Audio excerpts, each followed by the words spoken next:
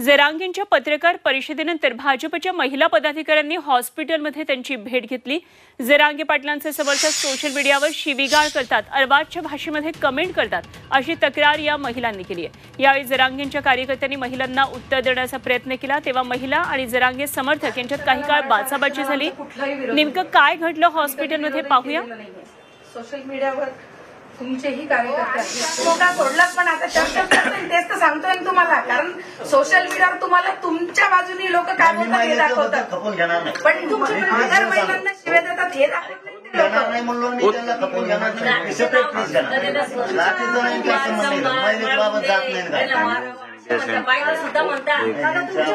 है उधर है दूर रखा हुआ है। तो आयटी सेलला किती फेक अकाउंट असतात चालू करतो।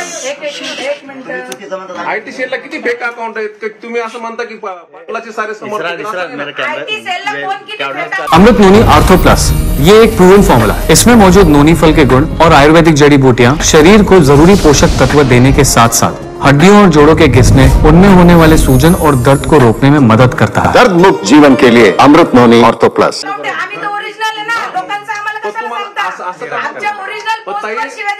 तुम्ही असं का म्हणता की हे सारे पाटला समर्थक हे चुकीचं बोलताय? आमच्या ओरिजिनल पोस्टवर माझ्याकडे स्क्रीनशॉट आहे आणि मला कायदा चांगलं माहिती आहे।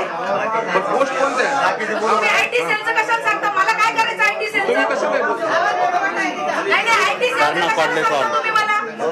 आयटी सेलचं बोलले का काही? कॅबिनेट मंत्री आहे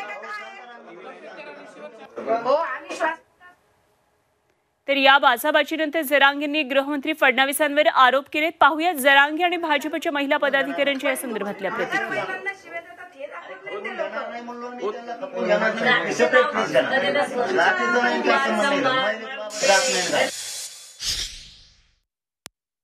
उगा पक्षाचे रुमाला घालून येऊन आमच्यावर दबाव निर्माण करणं आणि गृहमंत्र्यांनी त्यांना फोन करून सांगणं की तुम्ही जाऊन त्याच्यावर दबाव आणा, असले प्रकार करू नये। ताईच्या पाठीमागा हा मनोज जरांगे माणूस म्हणून उभा आहे, पण राजकारण म्हणून कुठे रुमाला घालून येऊन सांगायची गरज नव्हती, असंही ताई सांगू शकली असती। याचा अर्थ देवेंद्र फडणवीस साहेबांनी आता महिला पुढे घातल्यात वाटतं, असा अंदाजा दिसतो।